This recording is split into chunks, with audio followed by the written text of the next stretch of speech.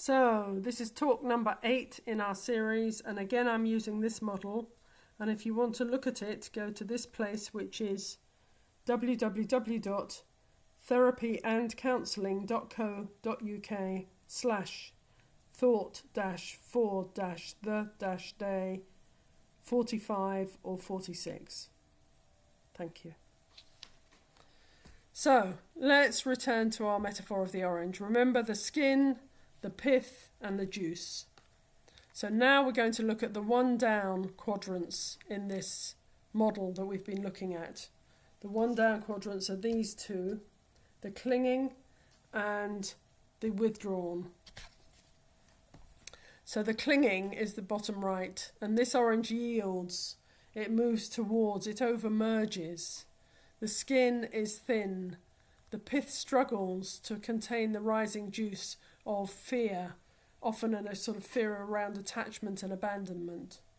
The person seeks connection and approval and reassurance. They adapt, they over-accommodate, and they often silence their own needs. A client I work with constantly asked her partner, "Do you love me? Are you still there? Are you listening to me? Are you here for me?"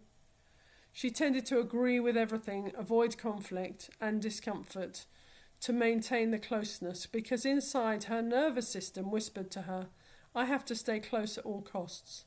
If I assert myself, I might be rejected or abandoned." So the path to health here is to strengthen the skin without withdrawing, to allow the pith to hold the discomfort, and to learn to assert needs whilst remaining connected. The bottom left quadrant is withdrawn. This orange pulls back, reduces presence, retreats. Conflict feels overwhelming and the juice rises and the pith can't contain it. The safest option is absence, silence, leaving the room, internal retreat. I work with a couple where every disagreement followed the same pattern. She pursued, escalating with anxiety, and her partner withdrew, completely leaving the house or going silent. Past trauma had taught her, the partner, that intensity meant danger. Her self-talk said, "It's too much, I can't regulate this."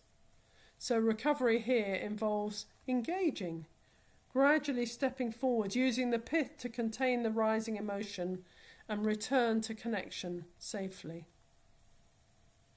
So now I want to talk about the dance of these quadrants. You often have one meeting another, so controlling meets clinging,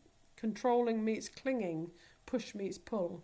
One expands, one collapses. Alternatively, clinging meets withdrawn. That means you've got pursual and retreat.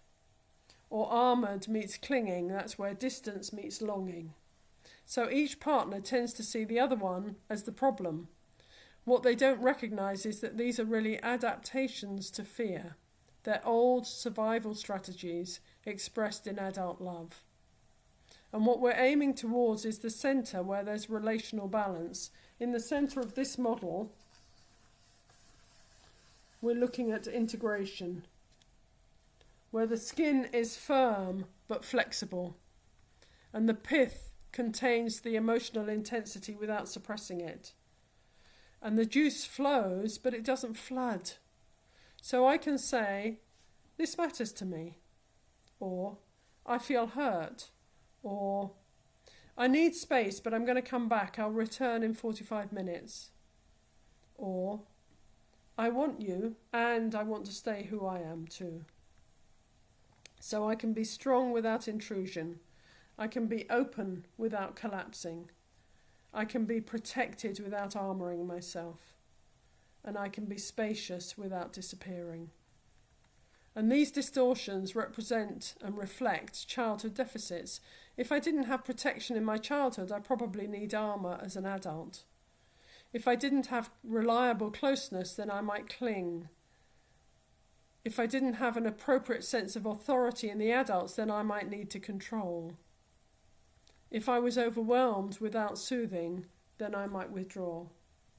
Each quadrant of those 4 quadrants once made perfect sense, and therapy is not about shaming the quadrant, it's about strengthening the pith, softening or firming the skin, and expanding our relational range so that love is no longer organised around fear.